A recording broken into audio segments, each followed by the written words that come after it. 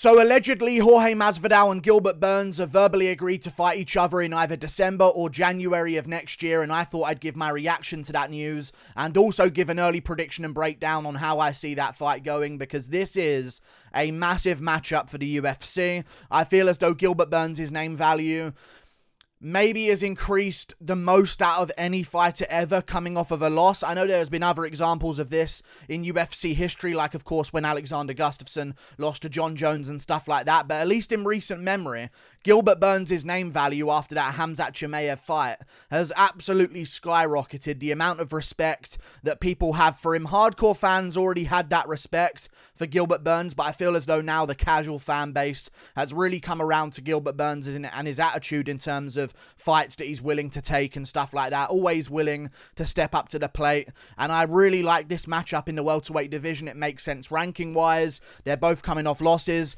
They're both around the same age as well. I know Gilbert Burns really only became a big name recently, but he's an older guy as well, so age-wise, they're pretty similar.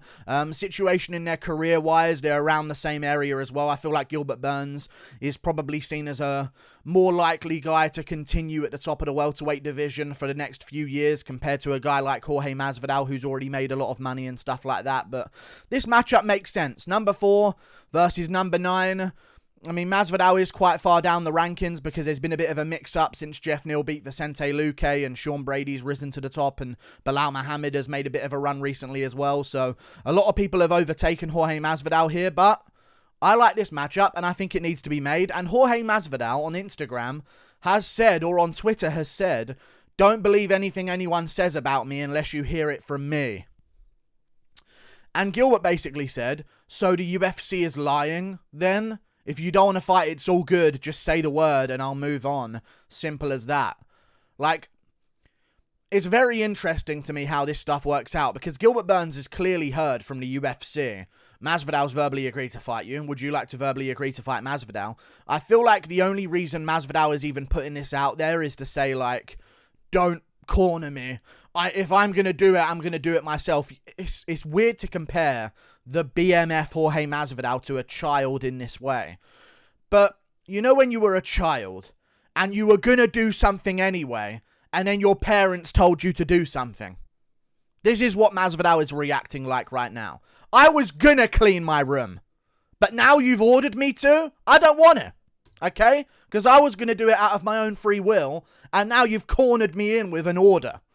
Okay? That's how I was as a child at times. Everyone's had that moment. You don't like being told to do it. Let me do it out of my own free will. And I feel like that's how Masvidal is reacting. The BMF acting like a 12-year-old boy once again. And what's new? I feel like Gilbert Burns should receive that BMF title for his recent activities and recent actions that he's taken in his career. And let's talk about when this fight's going to be made, who I believe is going to win. I do believe Gilbert Burns would win this matchup, but I think Jorge Masvidal has a really good chance, and I think people are going to really underestimate him in this matchup, because Gilbert Burns, yeah, he's got good grappling, but he doesn't finish many people on the ground. He's got good grappling, but it's not like he dominates you and finishes you, so there's going to be a chance for Jorge Masvidal to work his way back up to his feet, survive until the end of the round. I think Jorge Masvidal's got much better defensive jiu-jitsu than a lot of people give him credit for. I mean, this was a guy who survived with like a nearer to prime than most people that took on Maia type version of Maia on his back for like 3 rounds of their fight, and arguably should have won that fight based on damage as well. So he's really good at submission defense.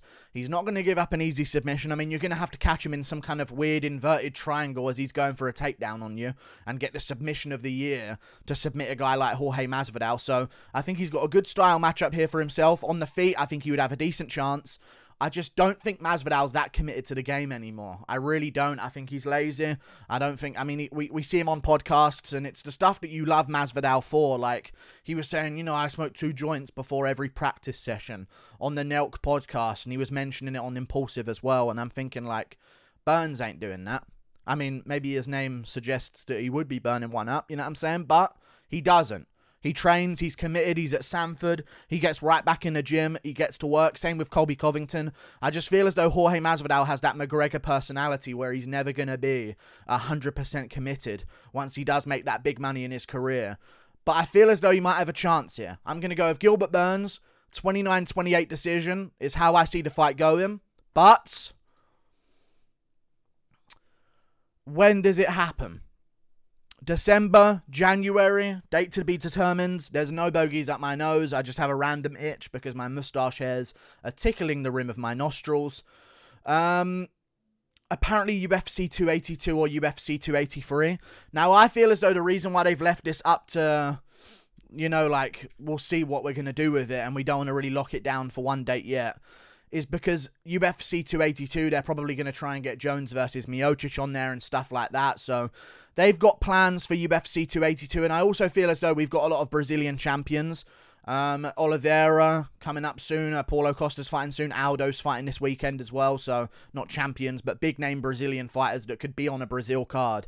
And I feel like they want to see how those fights go first before they resort to putting Gilbert Burns on the Brazil card, because if Paulo Costa wins with ease and is ready to turn back around, and Aldo wins with ease or just gets subbed in the first round and takes no damage, he's going to be ready to turn back around as well. But if they take some damage, they're not going to be ready for that Brazil card, and we need to sort of like step in big Brazilian name Gilbert Burns to be on that card with Jorge Masvidal. But if they can put a lot more Brazilian talent on that Brazil card in January, I think they're going to go with this one for UFC 282.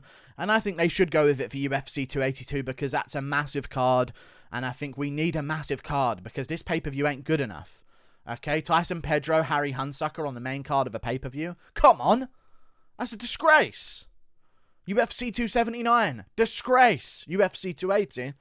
Muy bueno. You know what I mean? Very good. But we need to knock it out of the park with 281 and 282. And I think this would be the perfect matchup to get that done. So I'm thinking Miocic-Jones main event. Co-main event.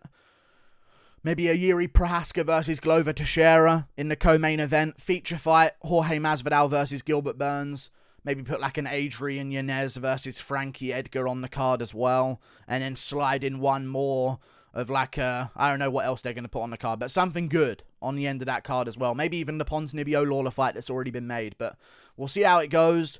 I'm looking forward to it. I think they should do it in December. Rush this one along. Let's get these guys back in there because, you know, they both got families. I don't want to see them training over the Christmas holidays if they don't have to, so let's make it happen. Let's get these fights made. But Masvidal does have a weirdly good chance against Burns, man. Let's not forget, I know Masvidal got KO'd by Usman, and that is a lot of damage to take, but Gilbert Burns took a lot of damage against Khamzat Chimaev. And for Khamzat Chimaev, that's like the first time he's tasted damage in his entire career. I mean, he's taken like a couple of punches here and there, like Aliskerov hit him a few times, and there was a black guy on the regional scene that hit him a couple of times as well. Like, as he was going for a takedown, he got hit with a couple of elbows. Like, this is the amount that we're going to have to nitpick to find damage in Chimaev's career before he took on Gilbert Burns. So, for Khamzat Chimaev, the damage that he took in that Burns fight is, like, good for him. Like, it's okay, you know what damage feels like. That's a good learning experience for you. But for Gilbert Burns, a guy who's been KO'd a few times in his career, and he's taken some damage in his career, and he's had fights where he's been beaten up and stuff like that, I feel as though that damage against Chimaev, for an older guy in himself, I think Gilbert Burns is, 34, 35 years of age? I'm going to say 35 years of age. It's not good to be taking that type of damage. So if Masvidal can land a clean shot on him, could be interesting, man. Burns doesn't have the best of chins, so if Masvidal can go out there and box and stuff a couple of takedowns early and make it happen, I think he's going to have a very good chance, man. 36 years of age is Gilbert Burns. Just turned. And he's taken a lot of damage in his career. So I feel as though Masvidal does have a chance. He really does have a chance. If he goes out there with the right mindset, in the right type of shape, he could get it done. But I think what's likely is Masvidal probably gets dropped in the first round, survives the first round on the ground against Gilbert Burns, 10-9 Gilbert Burns. Round 2, a little bit closer on the feet, back and forth, but Burns gets a takedown at the end and takes the back and stuff like that, and Masvidal survives it, 10-9 Gilbert Burns. And then we start to see Burns slow down and Masvidal start to come back a bit and have some moments in the third and maybe wobble Gilbert Burns for a second and start going for him. But Gilbert Burns fires back and survives, and it's a great scrap and a great fight. So I can see it being a 29-28. If I was Masvidal, I'd want a 5-rounder against Gilbert Burns. You want enough time, as much time as possible to fight Gilbert Burns, because he does slow down quite a bit in fights that we've seen. Unless it's in his full control, he does slow down quite a bit if he really has to hustle and work for something. We saw that against Usman. We saw that also against Khamzat Chimaev. I mean, Chimaev shouldn't have been out cardioing him in the third round, and that's what was happening. So Burns was the experienced one who'd went 5 rounds with Woodley in full control. But when things start to get iffy for him, he does seem to slow down a bit more. The heart rate comes up, adrenaline starts pumping, the cardio seems to dip a little bit. So if I was Masvidal, I'd be looking for this for 5 rounds. But do it in December. Do it in January. Just get it done. Get these fights done. Okay, I'm sick of all this. No, I'm not actually taking that fight and all this type of stuff. Like, no, man. Fight each other. I'm sick of this division. Covington's the same way. Like, I love the idea of the Poirier fight. If it's just getting made. I'm sick of all this holding up on all these potential fight ideas that could happen 7 months from now. If you're going to make a fight that don't make sense but can make a lot of money, get it done now. Let's stop waiting around for those types of fights, because you've got other guys in the division. This is a division at welterweight that has been ruined by its inactive contenders and its holier-than-thou contenders. We've got a guy in Kamaru Usman who people are saying has lapped the division, but in reality he's fought half of the division, because the other half are hungry to try and get to the top, but they can't earn a title shot unless they fight unranked in any division Nate Diaz. Masvidal fights Nate Diaz, gets a title shot. Leon Edwards fights Nate Diaz, gets a title shot. Covington fights Woodley coming off of a loss, gets a title shot. The division hasn't made sense for a long time. You've got guys like Bilal Muhammad. Even Luque, after beating Woodley and Michael Chiesa, should have arguably got himself a title shot there. We should have had fresh matchups by now, but we've got these arrogant contenders. Burns earned it the right way. I respect Burns. But we've got these contenders that are hogging things up right now. A win over Burns for Khamzat Chimaev arguably should have got him a title shot. But we've had Leon Edwards out for like 3 years. Has 1 win over Nate Diaz. Now he's fighting for the belt. It's a weird situation. No matter how many chances or how much of a chance they have against Usman, the division's sort of like half of it that's in the spotlight and half of it that's in the shadows. And I feel bad for the shadowed half of the welterweight division. Let's get these fights made. Jorge Masvidal versus Gilbert Burns. Any other matchups for Masvidal that could be made? I would argue maybe I also don't like Masvidal's chances on the feet versus Burns, because to beat Burns you have to use straight punches, and Masvidal uses a lot of hooks, and that plays into Burns' game because he's got wicked fast hooks, and he's short, and he ducks, and he tucks himself up, and he's got a wide neck. I have a theory about chins and how they take shots. If you have a wide neck, you're good at sort of like preventing whiplash. If you have like a small, dainty, pointy chin, you're not good at and you have a wide neck, you're not sort of good at taking shots to make your head ping backwards, because the neck width doesn't really come into effect, preventing the movement of your head as much as it would if you're getting your head spun side to side, you know what I'm saying? So that's my theory on chins, and I feel like the best way to beat Burns is straight punches, and I know Hooker put him down, but that was at 155, but at welterweight, people that seem to have a good strategy against Burns on the feet seem to use straight shots, jabs, straight right hands, stuff like that. Chimaev put him down with a jab, Usman finished him with jabs and stuff like that, so I don't like Masvidal for that reason. I think he throws too many hooks and it plays into the game of Gilbert Burns. And let's make the fight. Burns versus Masvidal. Winner's going to be in a great position in the welterweight division to maybe take on Covington if it's Gilbert Burns. If it's Masvidal, I don't really want to see that rematch. We've already seen it. So let's do Burns versus Masvidal. And then the winner can take on the winner of, say, a Stephen Thompson versus Kevin Holland, which should be on the What is going on with 279? What is going on with UFC 279? We need a fight on that card. It's a terrible card. Get a fight on that card. I'm starting to get sick of this. It's really annoying me. UFC 279 needs desperate help. Let's do Kevin Holland, Stephen Thompson, Kevin Holland, Michael Pereira, Mikel Pereira, whatever they want to do. Shavkat Rakhmonov versus Jeff Neal, something like that. Let's get some movement in this welterweight division, because it's been the same names just not fighting anyone at the top for the past fucking 3 years. Like and subscribe. Thank you for watching. Toodle pip, I'll see you later.